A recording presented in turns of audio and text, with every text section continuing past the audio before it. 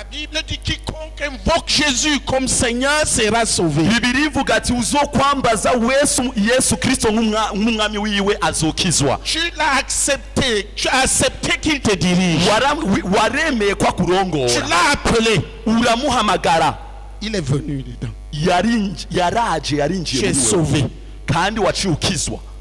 Tu es sauvé pourquoi? Mbega none wakijijwe iki? Parce que tu as Jésus. Wakijijwe kubera iki? Kubera ufise Yesu. La Bible dit que celui qui a Jésus Bibiliya ivuga ati ufise Yesu a la vie éternelle en lui. afise ubugingo budashira muri we. Qui a Jésus ici? Ninde afise Yesu Qui a ngaha? reçu Jésus dans son cœur? Lève la main. Ninde yakiriye Yesu kiriza ukuboko kwawe? Donc tu as la vie éternelle. Rero urafise ubugingo budashira. Tu n'as pas encore reçu Jésus. Nurakira Yesu Kristo. Écoute, la foi s'affirme. Umviriza ukwizera kuravuga. L'une des choses que vous devez apprendre, Ikintu kimwe mukwiye kwiga c'est que vous êtes un peuple à part. nuko muri hanga riri ryashizwe ku ruhande. C'est une grâce. N'ubuntu. Tous ceux qui périssent là, tu n'es pas plus bon qu'eux. Abo bose bariko barahona nabwo uri mwiza kubaruta. Dieu t'a accordé la grâce de recevoir sa vie. Imana yakugiriye ubuntu bwo kwakira ubugingo bwayo. De recevoir en lui son propre fils. Kwakira muri wewe umwana wiwe. La vie éternelle. Uwo nawe niwe ubugingo budashira. Si tu as Jésus, Nimba ufise Yesu, tu as la vie éternelle. ufise ubugingo budashira. Demande à ton voisin, est-ce que tu as Jésus? Mubaze wo muri kumumbega warakiriye Yesu. Qu'il te réponde. Kandi akwishure. Akubwira ati ego ucumubwira ati urafise ubugingo budashira. Ndiko ndababwira mubwire uti urafise ubugingo budashira. Tu as la vie de Dieu. Urafise ubugingo bw'Imana. La vie qui était en Jésus est en toi. Ubugingo bwari muri Kristo buri muri wewe. Bibwira umuntu. Si tu as Jésus dans ton cœur, la vie qui était en Jésus est en toi maintenant. Nimba ufise Yesu umutima wawe, ubuzima bwari muri Yesu buri muri wewe ubu.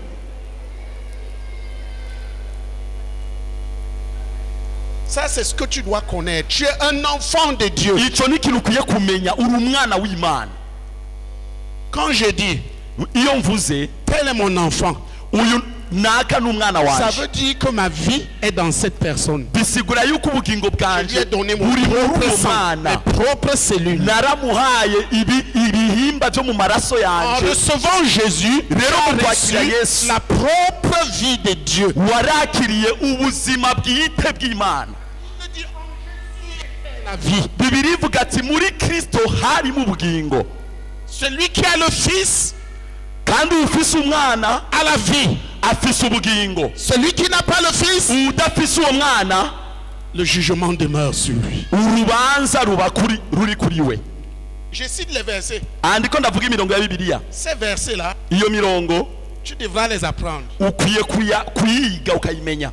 Si le diable vient et gronde, Satani aze aje agakankama, tu dois être capable de dire, ukwiye kuba ushobora kumubwira je suis un enfant. ndi umwana w'Imana.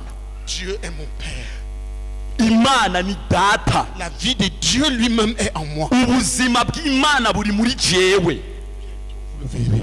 Kandi murabibona. Alléluia. Amen. C'est ce que je disais. Nivyo nariko ndavuga. Je disais à mes gens, bientôt vous allez voir. Nariko ndavuga ati muzobibona. Il y a de l'or en moi, la vie de Dieu. Muri jewe hari inzahabu, hari ubuzima bw'Imana. Éclaté. Bitegerezwa kugaragara Va se voir de plus en biraza plus. kuboneka. Vous allez voir. Mutegereza kuza kubibona. Je suis un enfant de Ndi Dieu. umwana w'Imana. Tu ne dois pas avoir ça éclaté. Ntushobora kuba ufise ivyo ngo ubinyegeze. Ubinyegeje ukwizera kwawe kuzohona. Tu dois le dire. Utegereza kuvyatura. Qui a déjà dit à quelqu'un qu'il est un enfant de Dieu? Ninde amaze kubwira umuntu ko ari umwana Que Jésus w'Imana habite en lui. Lève kandi la ko main. Yesu Kristo aba muri we. Kiriza ukuboko. Tu n'as ce soir, Uno mugoroba tu dis à 3 personnes, ubibwira abantu batatu Jésus est en toi. ko Yesu ari muri wewe Changé, kandi ko wahindutse enfant de Dieu. kandi ko uri umwana w'Imana. Au moment où tu dis ça, Mu gihe uriko urabivuga écoute, umviriza ton nom va retentir dans le ciel. izina ryawe rica risamirana mu ijuru. Ce que tu dis là, icyo uriko uravuga Jésus va le proclamer devant son Père, devant les anges de son Père. umwami Au yesu moment kristo où tu le proclames aca devant les hommes. byatura imbere ya data n'imbere y'abamarayika mu gihe uriko urabivuga. Parce que la terre décide kuko aha ku isi ingingo irafatwa ce que le ciel accomplit. hama ijuru rigashira mu ngiro À la foi. biciye mu kwizera, L'acclamation de la biciye mu foi. kwatura. Retiens ceci. Me ibi inyubi ubyumvirize neza. La terre décide. isi irategeka irafata Le ingingo ciel va accomplir ivyo ijuru rishira mu ngiro par la proclamation de la foi en Jésus. biciye mu kwatura ukwizera muri Kristo Yesu. Ce que tu proclames, ivyo watuye mu kwizera Imana yaguhaye, Dieu l'établit. Imana ikibishinga. Ce que tu tais, ivyo unumye tu ne le verras pas. navyo uzokwigera ubona. Si tu ne peux pas le dire à quelqu'un, nimba udashobora kubibwira umuntu tu ne verras pas. navyo uzopfa ubonye. Ce soir, kuri uno mugoroba tes amis là avec lesquels tu buvais l'alcool, ba bagenzi bawe muhora munywana inzoga, va et dis-leur, genda ubabwire moi, uti jewe je suis un enfant de Dieu maintenant. jewe unye narabaye umwana w'Imana, J'ai changé. narahindutse, La vie de Dieu est en moi. ubuzima bw'Imana buri muri jewe, Je suis Jésus. narakiriye Yesu. Qui comprend? Ninde atahura? Ce soir, kuri uno mugoroba cette nuit quand tu vas quitter ici, muri rino joro niwava ngaha dis-le à quelqu'un. genda ubibwire umuntu. Au moment mu gihe umuntu proclame sa foi dans les vérités bibliques établies par Jésus-Christ. iyo umuntu yatuye ukwizera kwiwe biciye mu kuri kuri muri Bibiliya, Le ciel se met à l'œuvre pour établir ces vérités. ijuru rica ritangura gukora kugira uko kuri gushingwe mu buzima bwiwe. C'est ça qu'il dit. Nico gituma Ce avuga que vous lierez sur la terre ngo icyo muzoboha cyose ku isi sera lié dans les cieux. kizoba kiboshwe mu ijuru. Si toi-même tu ne peux pas proclamer ce que tu es devenu, wewe nyene udashoboye Shine le kwatura icyo uri naco uzofa si ubaye, tu le proclames ariko ucatuye avec une sainte têtutesse, ugaca envers et contre toutes les éventualités, ugacatura icyo bigusaba cyose n'ibyawe byose, avec une sainte têtutesse, ugacatura n'ukwezwa kumwe kwinagondwa, le ciel va l'établir. ijuru rica Ce ribishinga. que vous lierez sur la terre ivyo muzoboha byose ku isi sera lié dans les cieux. bizobohwa no mu ijuru, Mais ce que vous délierez sur la ariko ivyo muzobohora nga ku isi terre dans les cieux, no mu ijuru bizoba bibohowe. ce que tu dis icyo uvuze de ce que Jésus a fait pour toi est important. kuti Yesu Kristo yakoze ku bwawe bica bishingwa. Dans l'assurance du salut, mu bijanye no kwemezwa agakiza, le salut d'abord vous dit que agakiza kenyeho gasigura des pécheurs que tu étais, ko wari umunyabyaha tu es devenu juste, ariko waratsindanishije, saint. uraba uwera En recevant la vie sainte, la vie juste de Dieu, mu par kwakira bwa Jésus-Christ qui bugingo est en toi. bwejejwe, bwa bugingo bw'Imana biciye muri Yesu. Si Jésus ne vient pas en toi, si Jésus ne vient pas en toi, Yesu nataza muri wewe tu es perdu. Il n'y ubuzimiye, a aucune solution. nta nyishu n'imwe bufise. Mais si tu veux revenir à Jésus comme brebis, ariko nimba ukeneye kugaruka kuri Yesu le jour n'intama, qu'un homme décide, je vais appartenir à Jésus, umunsi umuntu afashe ingingo ngo ngomba mbe uwa Kristo, il va être mon Seigneur, mon berger. ambere umwami, ambere umwungere, Ce jour-là, il appellera le Seigneur uwo munsi Jésus pour être son Seigneur. uwo muntu azohamagara Yesu ugira mubere umwami, Et Jésus viendra. Yesu nawe azoza. Beaucoup de gens appellent et ne reçoivent pas parce qu'ils n'ont pas décidé que Jésus va diriger leur vie. abenshi baramuhamagara ariko ntibaronke kuko ntibaba barafata ingingo mu mutima wabo. Jésus ne peut pas venir dans ta vie comme sauveur sans avoir été accepté comme Seigneur. umwami Yesu Kristo ntashobora kuza mu bugingo bwawe ngo akubere umukiza utabanje kumuhamagara kugira ngo akubere umwami. C'est celui qui appellera Jésus au secours comme Seigneur, uzohamagara umwami Yesu Kristo ngo amutabare qui le nk'umwami, recevra comme sauveur. niwe azomwakira nk'umukiza. Quiconque invoquera le Seigneur uzohamagara umwami sera sauvé. uwazokizwa. Le verset là. uwo murongo Je l'ai écrit. nimwandike nimurondere. Quiconque invoquera le nom du Seigneur. uzokwambaza izina ry'umwami. Ce n'est pas quiconque invoquera le guérisseur. si umuntu wese azokwambaza abavuzi bajya bavuza imiti Ce n'est kanaka pas kirundi. quiconque invoquera celui qui bénit les gens. si umuntu azokwambaza izina ry'umuntu ahezagira Mais abantu, celui qui appellera Jésus ariko uzohamagara Yesu pour qu'il vienne être son Seigneur, c'est-à-dire celui qui le commande, celui qui le dirige, kugira ngo aze amubere umwami, bisigura umuntu qu'il vienne amurongo diriger sa vie, ashaka ko arongora ubuzima bwiwe, celui-là uwo le recevra comme sauveur. azomwakira kandi amubere umukiza Il sera sauvé. kandi azoca akizwa. Écrivez ce verset. ndashaka uwo murongo muwandike. Qui c'est? ninde atahura? Donc si tu as donné ta vie à Jésus pour qu'il la dirige, nimba warakiriye Yesu Kristo kugira ngo akurongore, il a dit Jésus viens dans mon kandi cœur, ukaba waramubwiye ati mwami Yesu ingo mu mutima wanje, sache que tu es sauvé. menya yuko wakijijwe Tu as Jésus parce que tu as Jésus en toi. Il est kubera venu. ufise Yesu muri wewe. Amen. Amen, Amen. amen. Maintenant, si tu as Jésus en toi, rero ubu unye nimba ufise Yesu muri wewe, le premier principe que tu dois saisir, icyangombwa cya mbere ukeneye gutahura c'est que si tu crois, nuko wizeye parle. vuga. La foi parle. ukwizera kuravuga. Si quelqu'un dit j'ai cru, umuntu avuze ati narizeye, on va lui demander tu as cru quoi? baca bamubaza ati none wizeye iki? J'ai cru que je suis un enfant de Dieu. narizeye ko ndi umwana Que la w'Imana vie de Dieu est en moi. kandi ubuzima bw'Imana, ubugingo Parce bw'Imana buri que muri jewe, Jésus-Christ est en moi. kuko Yesu Kristo ari muri jewe. La Bible dit Bibiliya iravuga que celui qui a l'esprit de Christ ngo ufise mwemu wa Kristo appartient à Dieu. aba ari uw'Imana. Ça c'est Romains 8, aho ni mu Baroma 8 verset combien? 9? umurongo wa kangahe? Lisez-le. muhasome muharara. Quand tu as appelé Jésus, igihe wahamagara Yesu tu as décidé, warafashe ingingo je veux changer. ukavuga ati ngomba guhinduka, Il faut que j'appartienne à Jésus et que Jésus me dirige. birakwiye ko ncika uwa Yesu kandi Yesu Kristo Parce andongore, que j'ai confiance en lui. kuko ndamwizigiye. C'est lui qui connaît où il me mène. C'est niwe azi aho ashaka kunjana. Tu l'appelles.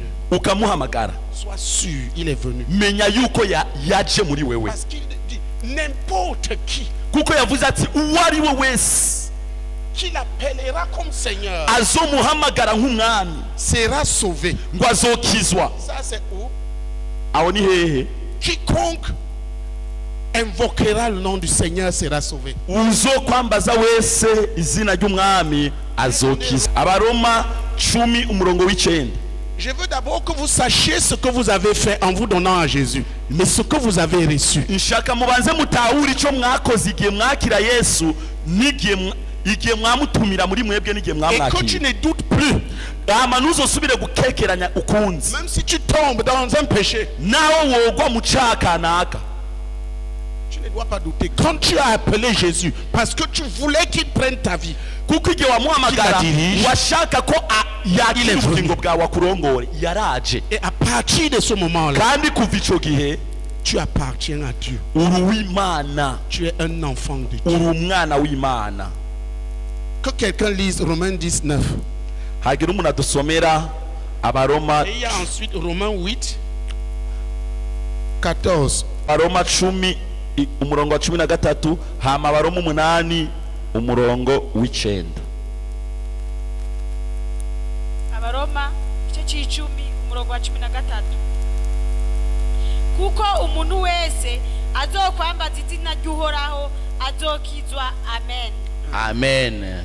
Tu invoques Jésus ici comme Seigneur. ngo aha uburi uwambaza umwami Yesu Kristo, Tu reconnais que Jésus est celui qui doit wambaza te Yesu diriger. Kristo nk'umwami, te bisigura umuntu akeneye kukurongora. C'est à ce moment que tu seras sauvé. Ni muri icyo Dis gihe en ushobora français. gucukizwa.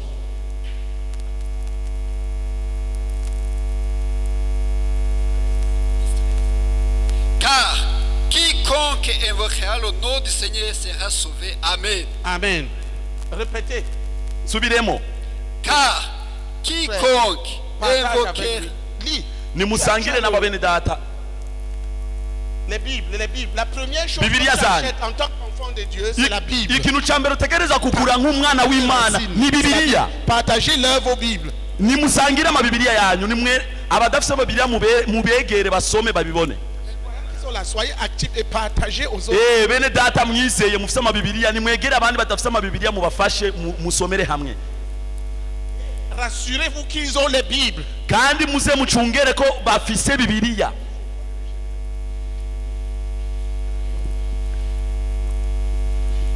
Parce que notre foi est une foi biblique. Kuko ukwizera kwacu nukwizera ko muri Bibiliya. Tout ce que vous voyez Jésus faire là Ibyo mubona Yesu akora byose est dans la parole. biri mu Nous ijambo. le proclamons sur la terre. Tuvyatura Le ku isi ciel l'accomplit. hama ijuru rikaca ribishitsa. C'est ce que je vous ai dit. Nico nari nababwiye. Si tu crois et tu fermes la bouche, il n'y aura rien. Wizeye ukaca wugara umunwa nta kizoba. Il est établi Kuko que ce que nous scellérons sur la terre sera scellé. hashinzwe yuko ikintu tuzoboha ngaha ku isi no La mu gihugu terre kizoba kibona. proclame Isi iratura ce que Jésus a accompli. ivyo Yesu Kristo Et yakoze. le ciel l'établit. Ijuru rikaca ribishitsa Manifeste. hama bikagaragara. Là où ce n'est pas proclamé, Aho bitizewe canke ngo byatugwe, il y a le désert. aho hacaba Donc ubugaragwa. tu dois Utegereza rero kwiga proclamer. C'est alors que tu verras Dieu agir. kuza watura niyo uzobona Imana ikora. Tu as mal au genou. Ninde ababara mu ifi ngaho? Ninde yumva ababara mu ifi? Tu as mal au genou. Ninde yumva ababara mu mavi? Oui, lève-toi. Haguruka. Ndakeneye umuntu yemeza ivyo bintu. Tu as mal où? Ubabara hehe? Viens, viens. Ingo, Tu as mal où? ubabara hehe? J'ai parlé des genoux. Navuze mu mavi. Tu as mal au genou. Urababara mu Tu as mavi. mal au genou. Urababara mu mavi. Viens, viens, viens. Ingo mwene data ingo. Attends, ça va partir. Lève-toi. Birahera, Tiens-toi là. haguruka naco ntugire ikibazo. Tu as mal où? Montre-lui, il touche. Mwereke aho ubabara. Écoutez, il est écrit. Handitswe ngo bazorambika ibiganza ku bagwayi kandi abagazi ngo Qui abagwayi accompagneront bazokira. ceux qui auront cru. Ngwehe ibitangaza bizoherekeza abizeye. Les deux mains là. Shira amaboko yawe Au abiri. genou ou bien au pied. Montre-lui l'endroit. Mwereke aho ubabara. Au genou. Aha, ni mu Les mavi. deux mains là. Shira amaboko abiri. Et commande avec Tegeka. moi. Dis, au nom de Jésus. Vuga mu izina rya Yesu. Mal. Ubabare Disparaît. zimangana. Au nom de Jésus. Mu izina rya Yesu. Disparaît. Zimangana. Non, tu commandes avec moi. Tegeka bivanye n'ivyo ariko Dis, arakubwira. au nom de Jésus. Mal. Disparaît maintenant. Amen. Amen. Amen. Amen. Amen. Maintenant, regarde. Iyumvirize rero ubu. Regarde. Iyumvirize. Plus fort, plus fort. Iyumvirize neza cyane cyane. Tu sens mal? Uracababara? Voilà. Il a parlé selon ce que la Bible a dit, le ciel a accompli. Igihe yavuga bivanye n'ico Bibiliya ivuga, ijuru ryaciye rishitsa. Maintenant, toi, tu as reçu Jésus. Wewe none warakiriye Yesu. C'est quand? Kuva ryari? 2018. Cette année-ci. Quel jour? Hari ryari? Viens, Ingo, approche. egera. Lève-toi. Ingo haguruka. Il est écrit. Handitse ngo, Voici les miracles qui accompagneront ceux qui auront cru. ibitangaza bizoherekeza abazokwizera. Oh non. Mu izina ryanje Ils chasseront les démons. bazosenda abadayimoni. Ils parleront de nouvelles langues. Bazovuga indimi nsha. Ils imposeront les mains aux malades, les malades seront guéris. Bazorambika ibiganza ku bagwayi kandi abagwayi Tu bazokira. as mal où? Ubabara hehe? Aux chevilles ou bien aux genoux? Ni mu mavi cyangwa amashibi? Tu as mal ici. No mu maboko.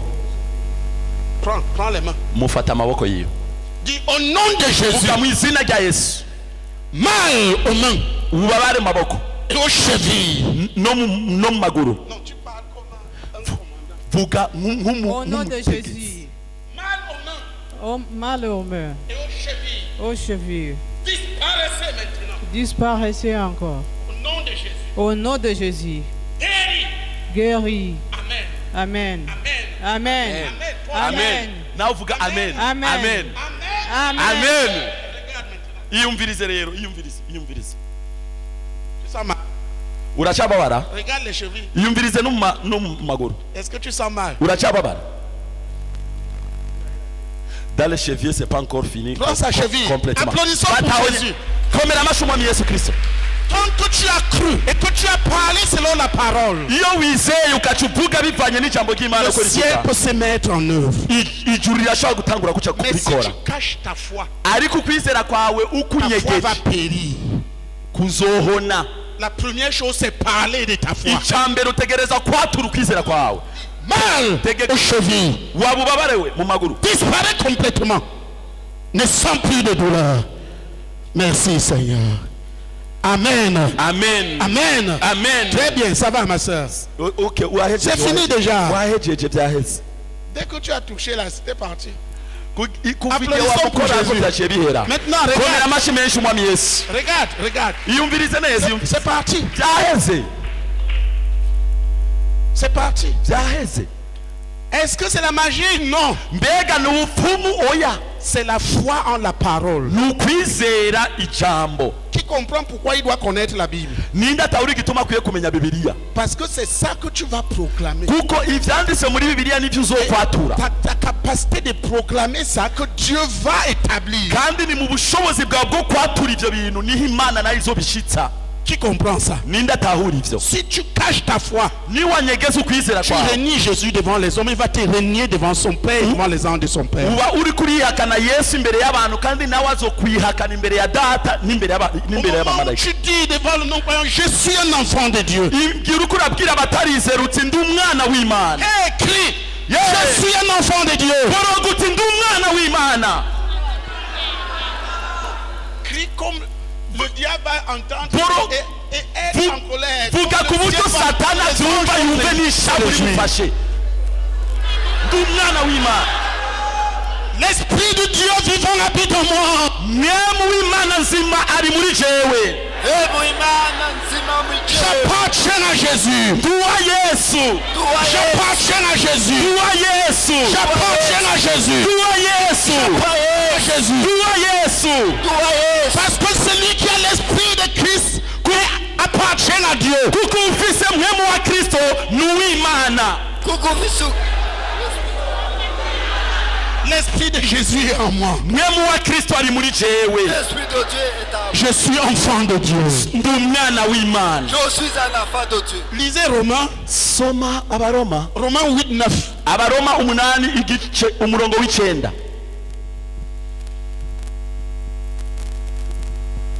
Romains 8, verset 9.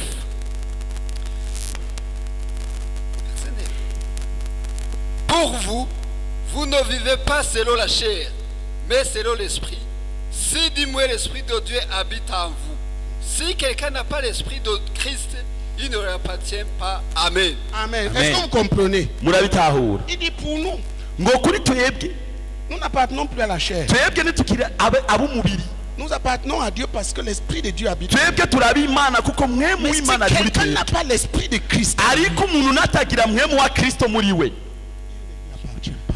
ntabwo aba ari uw'imana C'est pour ça qu'on t'a dit d'appeler le Seigneur dans ton cœur. nicyo gituma bakubwiye ngo ahamagare umwami mu mutima wawe Jésus, viens dans mon cœur. ukavuga yesu ingo mu mutima wanje Il n'est pas venu avec le corps physique. ntiyaje afise umubiri Il est ubona venu par son esprit. ariko yaje biciye mu mwemu Parce que c'est pour ça qu'il est parti au ciel. Parce que s'il était encore le corps physique, il ne pouvait pas entrer en toi. nicyo gituma yabanje kuduga mu ijuru kuko iyo akaguma mu mubiri ntiyari gushobora kwinjira muri wewe Essaye d'imaginer le corps physique iyumvire dans Jean-Paul. umwami yesu kristo afise umubiri nyene uku nyene akacaza ngo aje kwinjira muri jean paul Il va d'abord mettre les mains dans sa bouche. La bouche n'est pas assez grande. azobanza kwanza arabumwe n'amaboko yiwe ayinjize mu kanwa akanwa nako ntigashobora amaboko yo niyo kwigwa muri ako kanwa Il entre en nous en esprit. yinjira Son muri esprit entre twebwe en nous. mu mwemu Et mu nous, buryo nous bw'imwemu devenons alors propriétaires propriété de Dieu. tukaca tucika ishamvu y'Imana, Enfant de Dieu. abana b'Imana. Est-ce que tu comprends ça? Ivyo urabitahura mbega? Ça, c'est la première chose que tu dois comprendre. Ico ni ca mbere ukwiye gutahura. Tu es un enfant de Dieu. Uri umwana w'Imana. J'ai dit, qui a reçu Jésus? Nari navuze ati ninde yakiriye Yesu? Si tu as reçu l'Esprit de Jésus dans ton cœur, lève la main. Nimba warakiriye Yesu muri wowe, kiriza ukuboko kwawe. Très bien. Neza. Marque quand Rero urabe neza mbega hari ryari andika. une Bible est écrite à la première page. Nimba ufise Bibiliya wandike ku rupapuro rwa mbere rwa Bibiliya yawe. Tu écris. Uandike. Uitwa nde? Hein? Sidiva. Sidiva. Sidiva. Uca wandika uti Sidiva. Moi, Sidiva, Jewe Sidiva j'ai reçu Jésus. nakiriye Tel Yesu. jour, Umunsi kanaka je suis un enfant de Dieu. ndi umwana w'Imana. Et tu écris le verset. Ukaca wandika n'uwo murongo. À ceux qui l'ont reçu, Ku bamwakiriye bose écrivez ça. andika uwo murongo. À ceux qui l'ont reçu, Ku bamwakiriye bose, crois en son nom. ku bizeye Jean izina 1, ryiwe. verset 12. Yohana igice cya mbere umurongo wa 12. Il leur a donné le pouvoir Yabaye d'être des enfants de Dieu. ububasha bwo gucika abana b'Imana. Non, non, la Bible, la Bible, la Bible. Oya Bibiliya zanyu, Bibiliya zanyu, Bibiliya zanyu. Ndaba muri Bibiliya zanyu.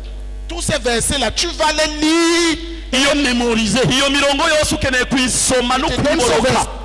Tu les lises et que tu les mémorises. Ukeneye kuyiga neza ukayiboroka neza.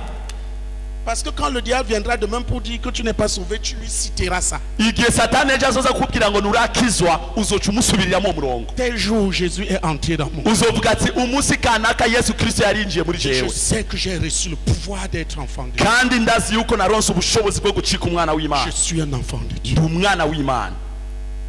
Ah oui, Ego j'appartiens à Jésus. nduwa Yesu. J'appartiens à Jésus. J'appartiens à mon Sauveur. Ah oui, j'appartiens à Jewe nduwa Jésus. Yesu. J'appartiens Jewe à nduwa Jésus. Yesu. J'appartiens à Ndi mon umwami Seigneur. wanje.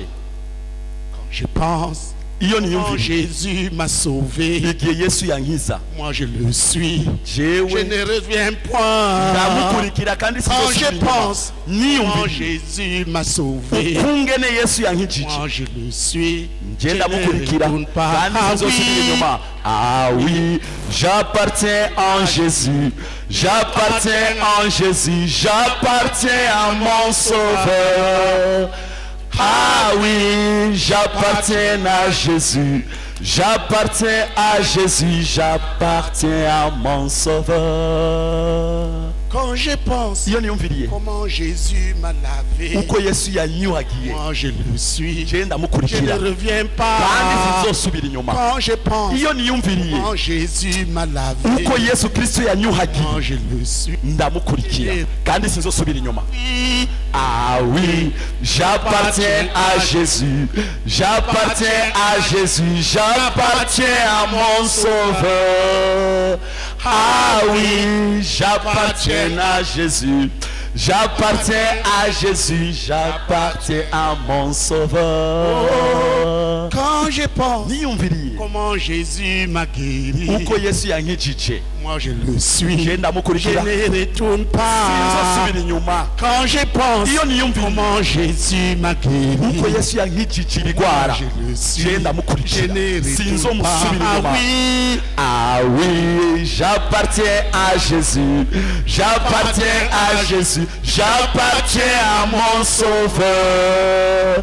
Ah oui, j'appartiens à Jésus, j'appartiens à Jésus, j'appartiens à mon Sauveur.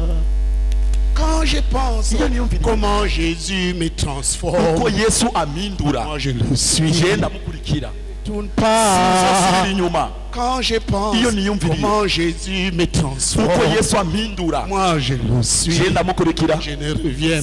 sinzosubira inyuma. Ah oui, j'appartiens à Jésus, j'appartiens à Jésus, j'appartiens à mon sauveur. Ah oui, j'appartiens à Jésus, j'appartiens à Jésus, j'appartiens à mon sauveur. Quand je pense Iyo niyumviriye comment Jésus me pardonne, uko yesu amarira je ndamukurikira je ne retourne sinzosubira inyuma. pas. Quand je pense Uko niyumviriye. comment Jésus me uko pardonne, yesu amarira ah, je le suis. je ndamukurikira Je ne retourne sinzosubira inyuma. pas. Ah oui, Ah oui, j'appartiens à Jésus, j'appartiens à Jésus, j'appartiens à mon sauveur. Ah oui, j'appartiens à Jésus, j'appartiens à Jésus, j'appartiens à mon sauveur. ah oui, Tabirimana, ah oui, j'appartiens à Jésus, j'appartiens à Jésus, j'appartiens à mon sauveur. Ego, Jewenua Yesu, Jewenua Yesu, Jewenua Yesu, Jewenua miwate. Jewenua Yesu, Jewenua Yesu, Jewenua miwate. Ah oui, Jewenua Yesu, Jewenua Yesu, Jewenua miwate. Ego, Jewenua Yesu, Jewenua Yesu, Jewenua miwate. Ego, Jewenua Yesu, Jewenua Yesu, Jewenua miwate. Ego, Jewenua Yesu, Jewenua Yesu, Jewenua miwate. Ego, Jewenua Yesu, Jewenua Yesu, Jewenua miwate. Ego, Jewenua Yesu, Jewenua Yesu, Jewenua miwate. Ego, Jewenua Yesu, Jewenua Yesu, Jewenua miwate. Ego, Jewenua Yesu, Jewenua Yesu, Jewenua miwate. Ego, Jewenua Yesu, Jewenua Yesu, Jewenua miwate. j'appartiens à Jésus. J'appartiens à Jésus. J'appartiens à Jésus. J'appartiens à Jésus.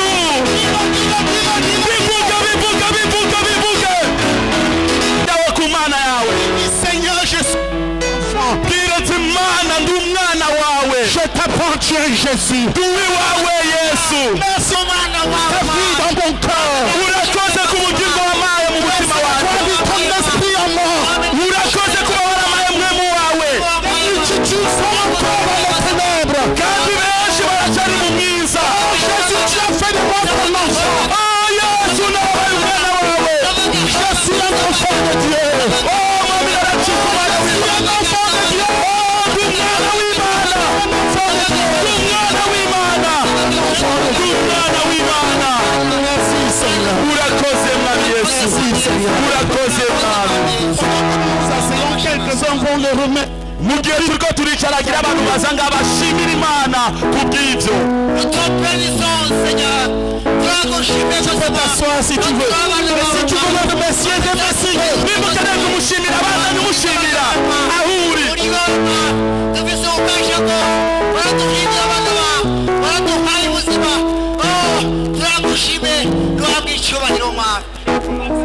turasenga tugushimira mwami mu izina rya Yesu Kristo papa ko turabawe mwami kandi ko turi shavu yawe mwami kandi ko tuzasangira mwami n'ijuru mwami ntabwo amashimwe n'icyubahiro mwami ko turabawe mwami turagushima ku bw'amwe wawe ego ego ego ego ego ego sonde zakodotie ego Jésus Christ amen.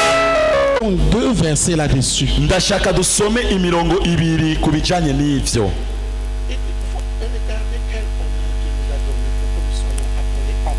hama urabe agaciro imana yaduhaye kugira twitwe abana b'Imana. Tubanze dusome Yohana igice ca mbere umurongo wa 12. Soma Jean 1 verset 12. Yohana igice ca mbere umurongo wa 12. Vous lisez et vous conduisez les gens à lire. Umusome muce murongorera bene data gusoma. Ces versets que nous te donnons, tu dois les mémoriser.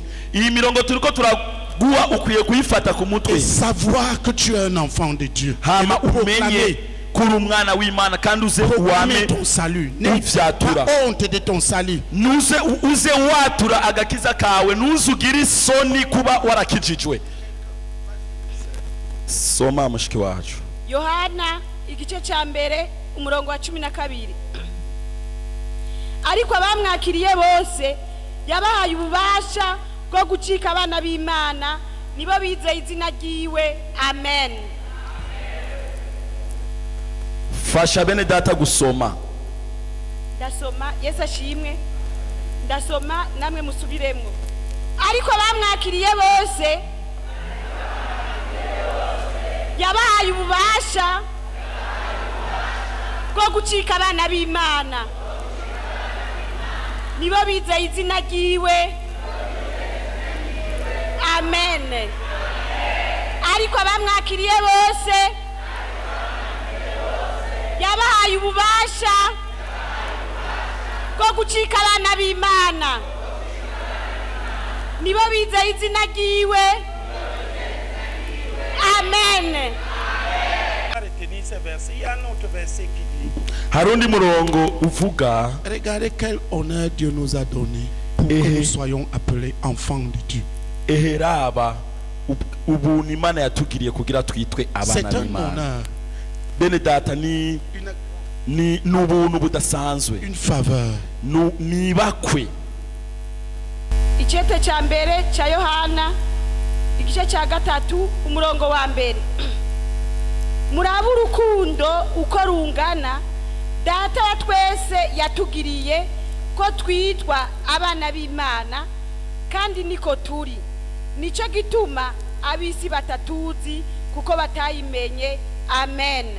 Nimurabe esu Toi urukundo qui étais un pécheur, we wari usanzwe uri umunyabyaha, que Dieu t'ait appelé gratuitement ariko comme son Imana enfant.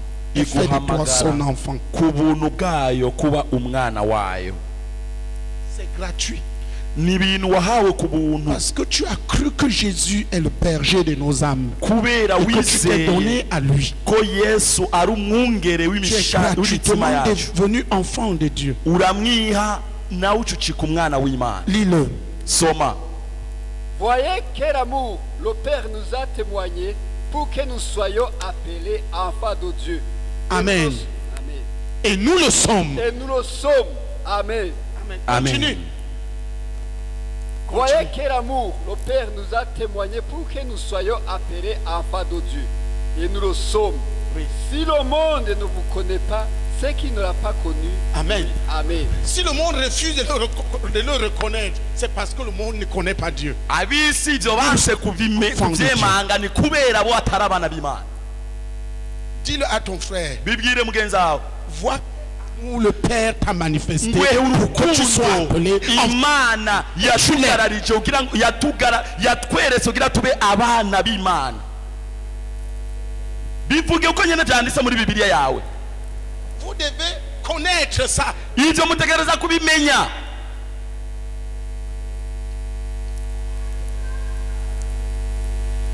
J'ai dit ça à mes frères et sœurs dans la chair. Narabibwiye ibyo onye abo dusanzwe tuvukana Je leur ai dit, vous voyez, moi je suis enfant de Dieu. mu mubiri. Ma grand sœur dit, mais tout le monde est enfant de Dieu. J'ai dit non. Mushikanje ajambwira ati twese turabana b'Imana. Ndamubwira oya, Vous êtes les enfants du diable. Vous êtes les enfants. mwebwe muri abana ba Satani. Ils allaient m'égorger. Baswe no kunkerera. C'est la vérité. Kandi ariko ndababwira ukuri. J'ai dit, vous faites les œuvres de votre Père. Ndagira mukora ibikorwa bya papa wanyu. Moi j'appartiens à Jésus. Ariko jewe ndi uwa Yesu. Je suis un enfant. Ndi umwana w'Imana. Que tu dois savoir. Ibyo nivyo ukwiye kumenya.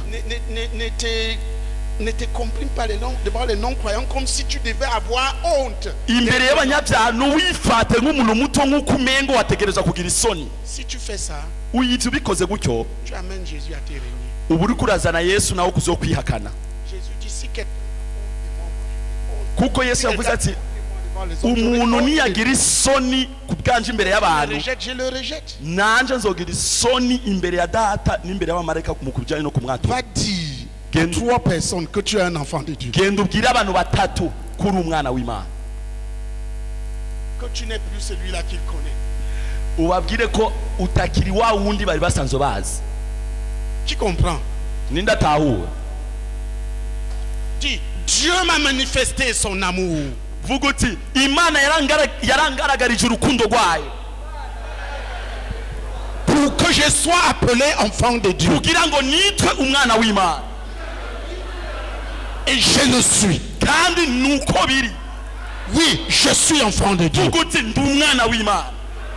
Si ce monde ne le reconnaît pas, abo habite le bisi monde. batabyemera,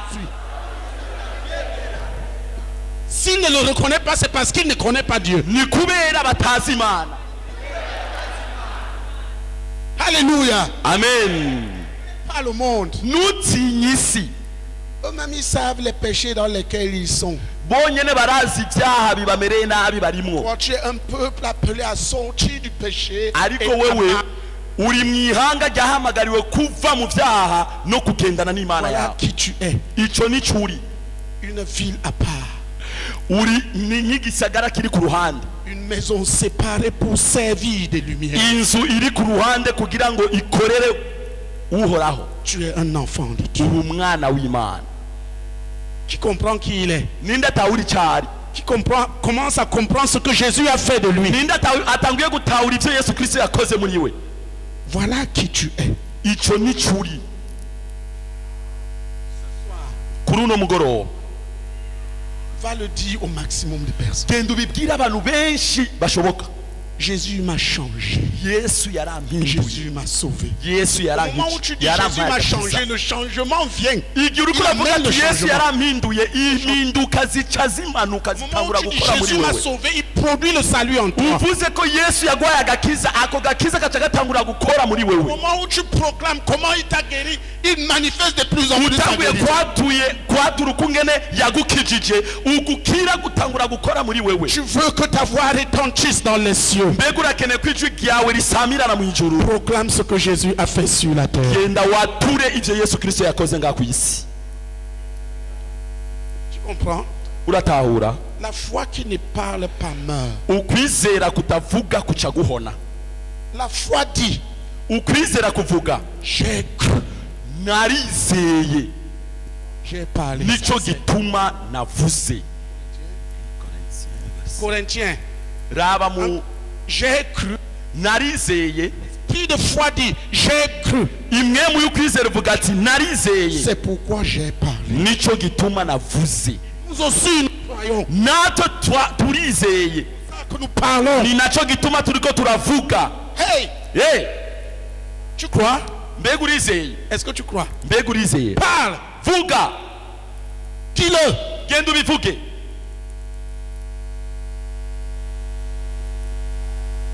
La foi qui s'éteint meurt. ukwizera kunuma kuca gupfa. La meilleure façon de t'amener toi-même à douter du salut que Jésus t'a donné, c'est de ne pas en parler. C'est de uburyo ne pas bwonyene le bwiza connaître et ne no pas en parler. gukekeranya ku gakiza Imana yaguhaye ni ukutabyatura ngo bivuge. Alléluia. Amen. Amen.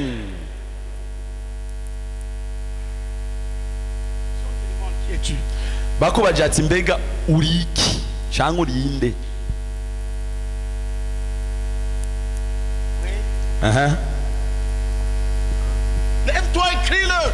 haguruka ubivuge nyine n'ubushizi bw'amanga. Est-ce que vous entendez comme je parle? mbega murumva uko ngene ndiko ndavuga? Amen. Amen. Qui es-tu? uri inde? Enfant de Dieu, umwana w'Imana c'est mon nom. niryo zina ryanje. Christ m'appelle bien-aimé. Yesu Kristo mukunzi Fille de wanje. Dieu, c'est ma vie. Jésus-Christ m'appelle bien-aimé. Yesu Kristo amamagara umukunzi. Bien-aimé, oh, Mukunzi oh. bien-aimé. Mukunzi. Jésus-Christ m'appelle bien-aimé. Yesu Kristo amamagara umukunzi. Bien-aimé. Umukunzi. Jésus-Christ m'appelle bien-aimé. Yesu Kristo amamagara Je suis umukunzi. enfant de Dieu. Ndi umwana w'Imana.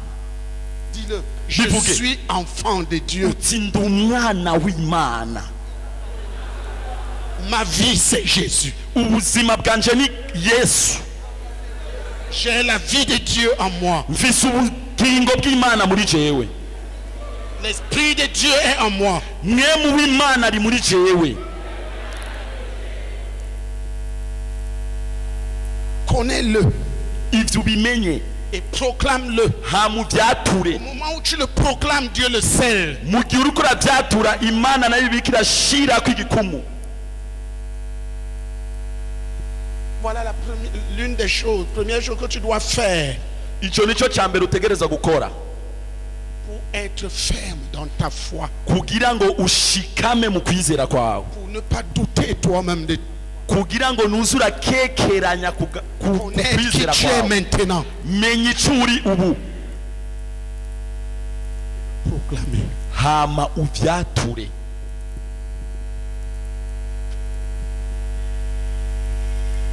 Tous ceux qui l'ont reçu, Avuga ati abamwakiriye bose. Bisubiremo. à tous ceux qui l'ont reçu, Abamwakiriye bose, à ceux qui croient en son nom, abizeye izina ryiwe, il leur a donné le pouvoir. yabahaye ububasha. Le pouvoir d'être enfant de Dieu. Ububasha bwo gucika abana b'Imana.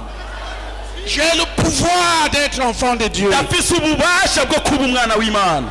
Le pouvoir d'être comme Jésus. Ububasha bwo kuba nka Yesu. Le pouvoir de ressembler à Jésus. Ububasha bwo gusa na Yesu Il est en moi. buri muri jewe. Voilà qui tu es. Ivyo ico ni curi. Ne dis pas yo, Nuvuga ati yo, moi je suis faible. jewe ndi Tu ne umunyantege peux nke. pas résister, tu peux résister. Jewe sinshobora ko. Tu as le pouvoir. Urashobora guhangara ibyaha kandi ukabinesha. Urabifitiye ubushobozi. Oui à la Bible. Le pouvoir de dire non au péché, Urafise ububasha bwo kubwira icyaha uti oya. non à la maladie, Ukabwira ingwara uti oya. non au diable Ukabwira satani uti oya. et oui à Jésus. Ukabwira Yesu uti Oui ego. à ce qui est écrit. Ivyo nivyo vyanditswe. À la sainteté. Ukavuga ego ku kwezo. Tu as le pouvoir. Urabifitiye Tu as le ububasha. pouvoir. Urabifitiye Tu as ububasha. le pouvoir d'être enfant de Dieu. Urafise ububasha bwo kuba umwana w'Imana. Dis-le à quelqu'un. Tu as le pouvoir Bibwira d'être umuntu uti urafise ububasha bwo kuba umwana w'Imana. non au péché. Tu peux dire non au péché. Ububasha bwo kuvuga oya imbere y'icyaha. Dis-le lui. Bibwire uwo muntu. Ne laisse plus le péché te dominer. Ntusubire kureka icyaha kikuganze. Jésus t'a donné le pouvoir de lui dire non. Yesu yaraguhaye ububasha bwo kubwira icyaha oya. Donner le pouvoir de dire non à la maladie. Yesu Non yaraguhaye au démon. ububasha bwo Non aux kubwira indwara malédictions. uti oya. Bwo kubwira imivumo uti oya. Il t'a donné le pouvoir. Yaraguhaye ubwo bubasha. Ça, c'est ce que vous devez comprendre. Ivyo ni ibintu mutegereza gutahura. Alléluia. Amen. Tu as un pouvoir que tu dois maintenant exercer. Urafise ububasha muri wowe utegereza kwiga uko Si ungene tu ubukoresha. l'exerces, tu le verras se manifester. Niwabukoresha uzobona bwigaragaza. Si tu ne l'exerces pas, Nutabukoresha l'ennemi va te dominer alors que tu as le pouvoir de le dominer. Satani azokuganza kandi wari ufise ubushobozi bwo kumuganza. Exerce le pouvoir. Tangura gukoresha ubwo bubasha. Alléluia. Amen. Tu as le pouvoir de dire non au péché. Urafise ububasha bwo kubwira icyaha uti oya. Non à la maladie. Et la maladie s'arrête. Ukabwira ingwara uti oya n'ingwara ikacihagarara. Qui a mal à la dent là? Ninde ababara ngaho mu ginyo? Ninde ababara mu menyo ngaho? La dent. Lève-toi. Haguruka. Dis-lui non au nom de Jésus. gira ubwo bubabare uti oya mu izina rya Tu as le Yesu pouvoir. urabifitiye ubushobozi. Comment dit douleur dedans? Disparaît maintenant. Niwirambike k'ibiganza wawe nyene ubabare uvuga ati wabubare wo mu menyo simangana ubunyene mu izina rya Yesu. Fort. Hey. Bikore n'ingomezi zawe zose. Douleur des dents disparaît au nom de Jésus. Ububabare mu menyo simangana mu izina rya Yesu. Tu ne peux plus me dominer. Kandi kunganza.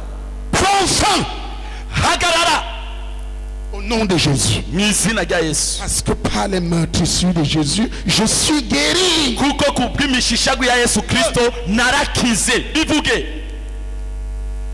Regarde maintenant. Raba rero ubu. Regarde. Raba. Uracababara. C'est parti. Byagiye. Byaheze terminé. Tu sens encore mal. Hein? C'est fini. Le problème c'est tu as le pouvoir. Urafise ubushobozi. Ouvre pas la bouche. Nutugurura umunwa. Quand tu ne prends pas le pouvoir, hamushakira ubwo bushobozi l'ennemi va te dominer. Satani azoguma kuganza. Ni nk'icyaha. Ceux qui sont étaient comme moi quand j'étais dans le monde. Ku bari bameze nka jewe igihe nari nkiri mu isi, J'ai buvais la musique. J'ai buvais la bière appelée musique. nanywa inzoga yitwa miziki Et la 33 export. n'indi yitwa 33 export.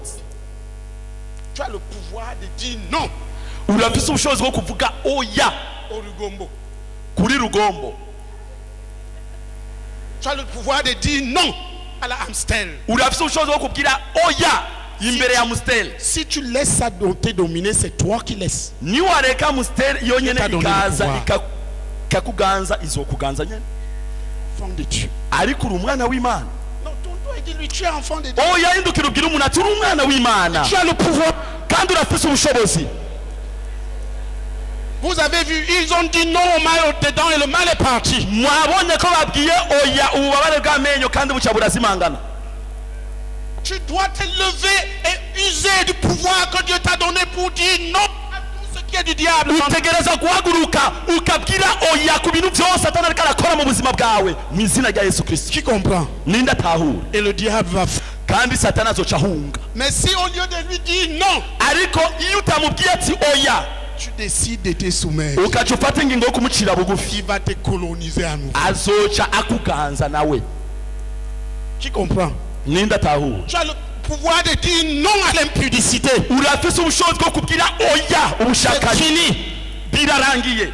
Dis, l'impudicité, c'est fini au nom de Jésus. Vuguta ubushakanyi birarangiye mu izina rya Yesu Kristo. Dis-le, dis-le, dis-le. Bivuge. C'est fini. Birarangiye. J'ai dit non à l'impudicité au nom de Yavuze Jésus. oya ku bushakanyi mu izina rya Yesu Kristo. Tu as le pouvoir. Urafise ubushobozi. Tu as le pouvoir. Urafise imbaraga. Exerce ce pouvoir. Koresha rero ubwo bushobozi.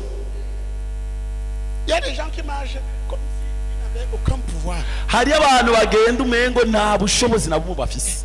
Qui a mal au dos là? Ninde babara mu mugongo ngaho. Et il est venu ici pour qu'on prie pour lui. Kandi yaje ngaho kugira ngo bamusengere. Lève-toi. Aguruka. Pourquoi tu viens ici? Bagusengere. Un commandant avec le bâton de commandement en main Umutegesi afise n'inkoni y'ugutegeka mu maboko yiwe. qui s'en va chercher un autre commandant pour Akaca aja kurondera undi mutegetsi ahantu le délivrer. kugira ngo amubohoze. Tu as le pouvoir. Urafise Mets ubushobozi. la main là. Shira ukuboko kwawe ngaho. Commande au nom de Jésus. Tegeka mu izina rya Yesu Kristo. Mais comme tu commandes les maladies comme ça, c'est comme ça que tu dois commander au péché de quitter ta vie. Ariko uko nyene utegeka ingwara nuko utegereza gutegeka n'ivyaha kuva mu buzima bwawe. C'est fini avec le diable. Ukavuga Tu as le kurangice na pouvoir de le Satani. détruire. Atari uko wazo gusambura. Tegeka Mal de dos. ubabare mu mugongo. Disparaît. Simangana. Je suis guéri. Ndakize. Et tu n'as pas le droit d'être là. Kandi nufise ubushobozi bwo kuguma ngaho. Merci Jésus. Urakoze mwami Yesu. Merci Jésus. Urakoze mwami Yesu. Merci Jésus. Urakoze mwami Yesu. Regarde maintenant. Raba rero ubu. Regarde. Raba. Vas-y Niwirabe. avec violence. Niwirabe n'ingufu. On a dit au dos, le dos se trouve ici. Umugongo nuri ngaha. Umugongo ni ngaha. C'est fini. Birarangiye. c'est parti. raba ujya yumviye biraheze Au lieu d'écouter et d'obéir. ni ujya yumviye byarangiye Lève-toi et laisse-toi regarder. raba mu mugongo wiyumvirize mu mugongo neza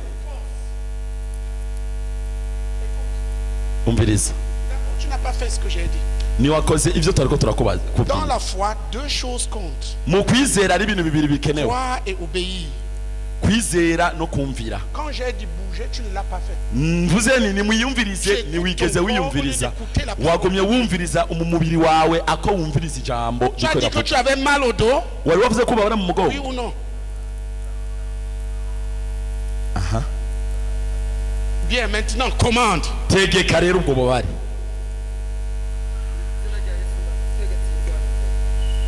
Mal, disparaît. ububabare simangana Parce que je suis guéri au nom de Jésus. kuko nakize mu izina rya Yesu Dis-le. vuga Je suis guéri au nom de Jésus. nakize mu izina rya Yesu Par les meurtrissures de Jésus, je suis guéri. kubw'imishishagu ya Yesu Kristo narakize Merci Seigneur. urakoze mwana rero gira uku Regarde fort iyumvirize n'ingufu Fort. n'ingomezi et sens ta guérison. hama wumva ugukira kwawe Est-ce que tu sens mal maintenant? uracumva ububabare ubu Tu sens mal? uracumva ububabare il reste ici Tourne un encore peu doucement en disant je suis guéri au nom de Jésus. uvuga uti nakize mu izina rya Yesu Kristo Et sens ta guérison. hama wumva ugukira kwawe Tu es guéri. Regarde Wakize. maintenant. Est-ce que tu sens encore mal? iyumvirize rero ubu wumva ukibabara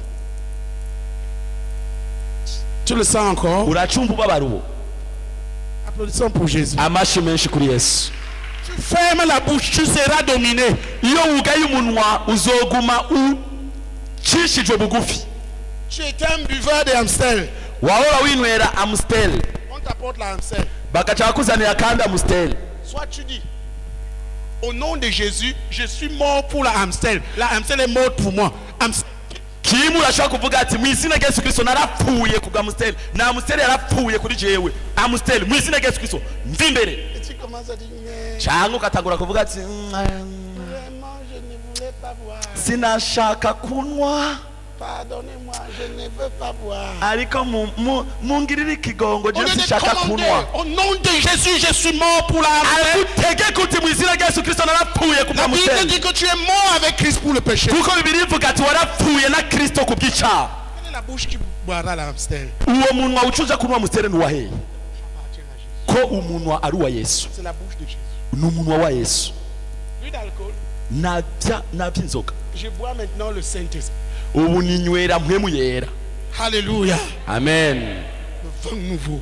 ninywera vino nsha Parle. ukavuga Au moment où tu parles, tu domines. mu gihe uriko uravuga uzosanga Jésus te usigaye fait dominer. unesha Si tu t'étais, ariko wugaye umunwa tu seras dominé. uzoca uneshwa Tu es enfant de Dieu. uri umwana w'Imana Tu as le pouvoir. urafise ubwo Tu bubasha as le pouvoir. urafise Tu as ububasha le pouvoir de dire non au péché, ububasha bwo kuvuga oya ku cyaha non aux maladies, ku ndwara de dire non aux démons, kuvuga uti oya ku de badayimoni dire non au diable, ukabwira satani uti de dire oya non à ce monde ukabwira iyi si oya et de triompher dans la gloire. hama ukanesha mu bwiza Mais tu peux te soumettre. Si tu te soumets, tu deviens esclave.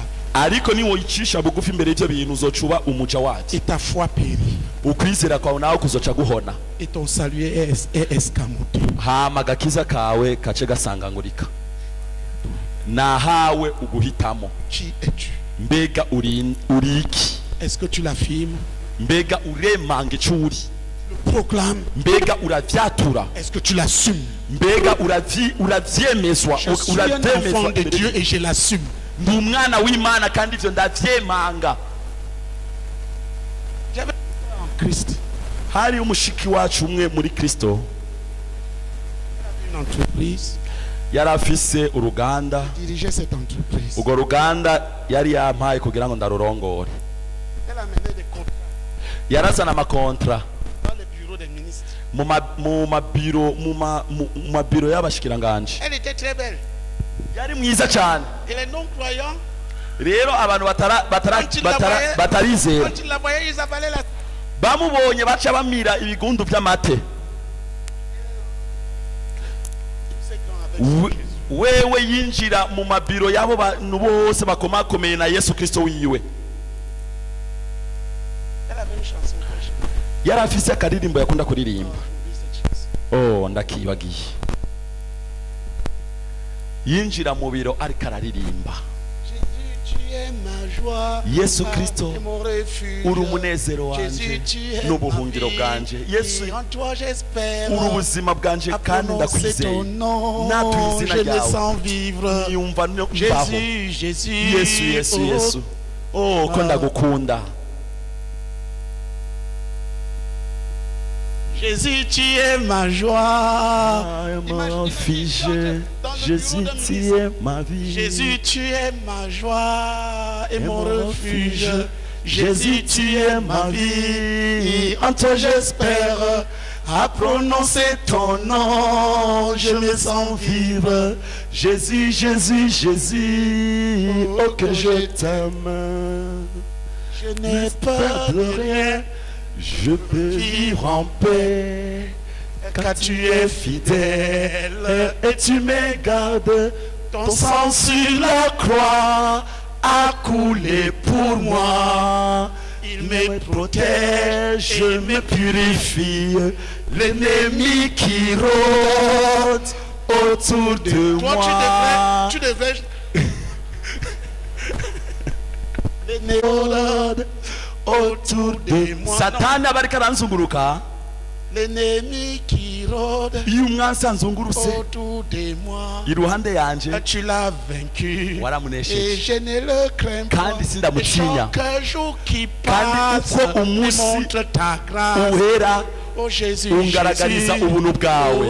Oh Yesu ndagukunda. Jésus, tu es ma joie et mon refuge. Jésus, tu es ma vie. En toi j'espère. C'était une princesse. Yari umwana w'umwami. Pas de ceux qui cachent Jésus. Yari mu bantu On savait qu'elle était à part. On savait qu'elle était à part. bari bazi neza ko ari yashizwe ku ruhande. Et c'est comme ça qu'elle ramassait. Kandi nuko amakontra yose wasanga agenda arayatoragura. Applaudissons pour Jésus. Amashyi menshi Elle kuri savait Yesu. qui elle était. Yarasanzwe azi icari. Est-ce que tu sais qui tu es? Mbega urazi icyo uri. Genda ubyature. Alléluia. Amen. Dis-le et démontre-le. Genda ubyature kandi ubigaragaze.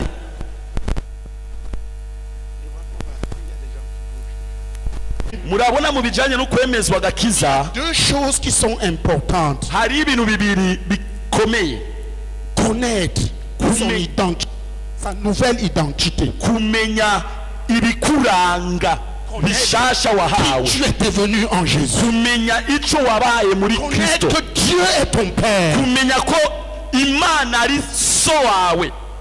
Que tu es un enfant de Dieu. Kumenya ko uri umwana w'Imana. Connaître que tu n'étais plus comme tu étais avant. Kumenya ko utakiri uwo wari uri Tu es kera. maintenant une nouvelle créature. Ariko ko wacitse icaremwe gisha. Hey, Hey, dis à ton frère, tu es une nouvelle créature. gira uwo mwicaranye ati uri icaremwe gisha.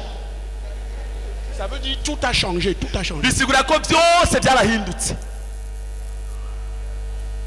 2 Corinthiens 5, Abikorino ba kabiri igice cya gatanu verset 17. umurongo wa 17.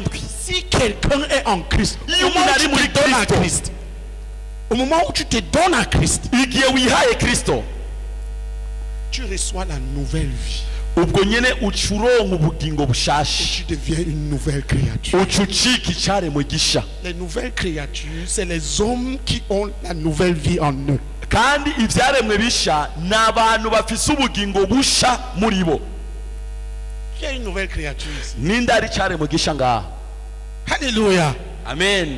Dis-le, je suis une nouvelle créature. Ndi icaremwe gisha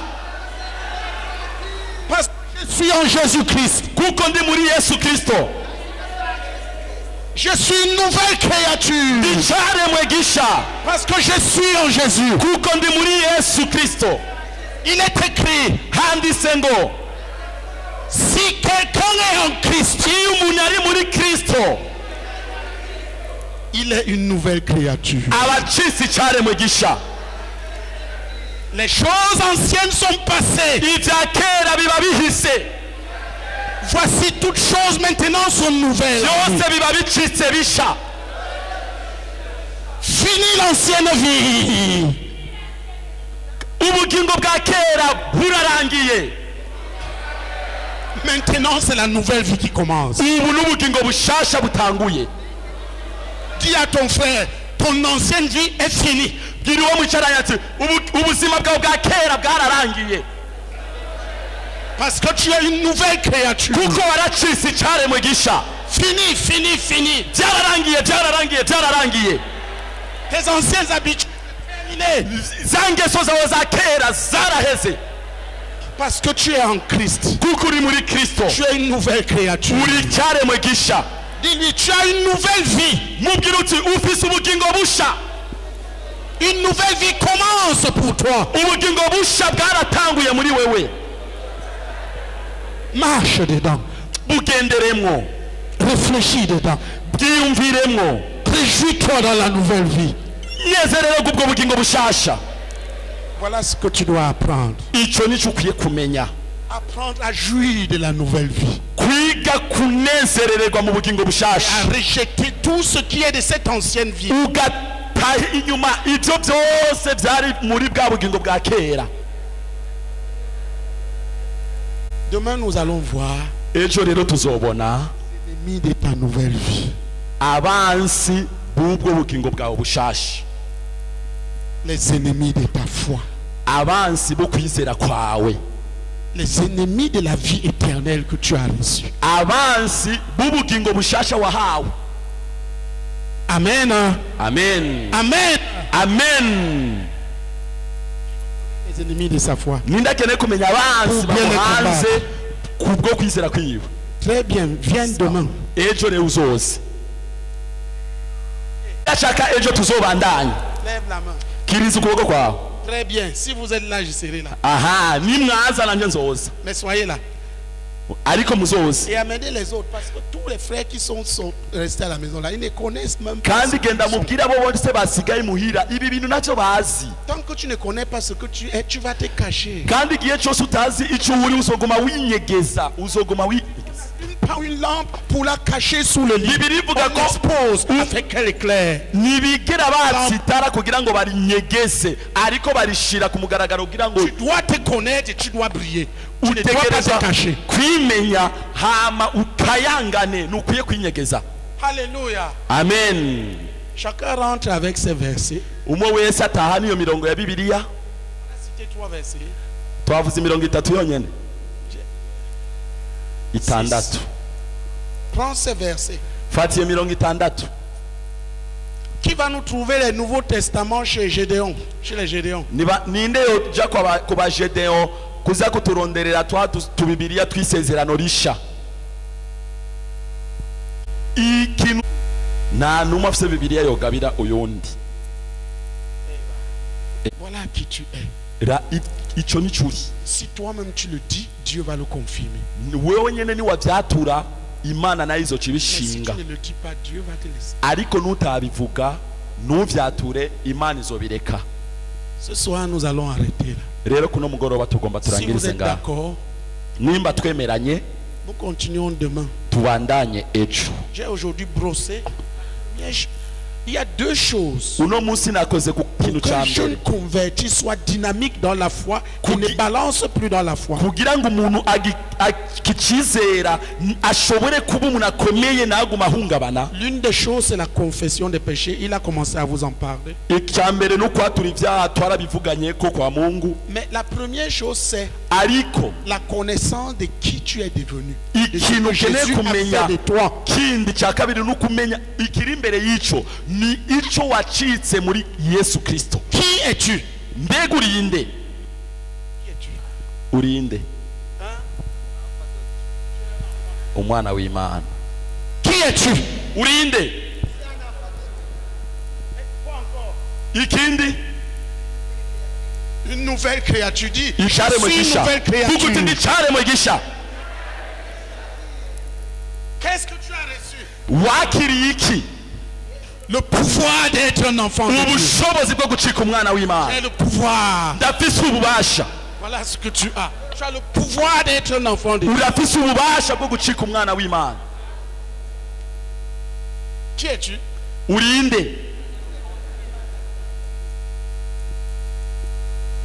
Qui es-tu?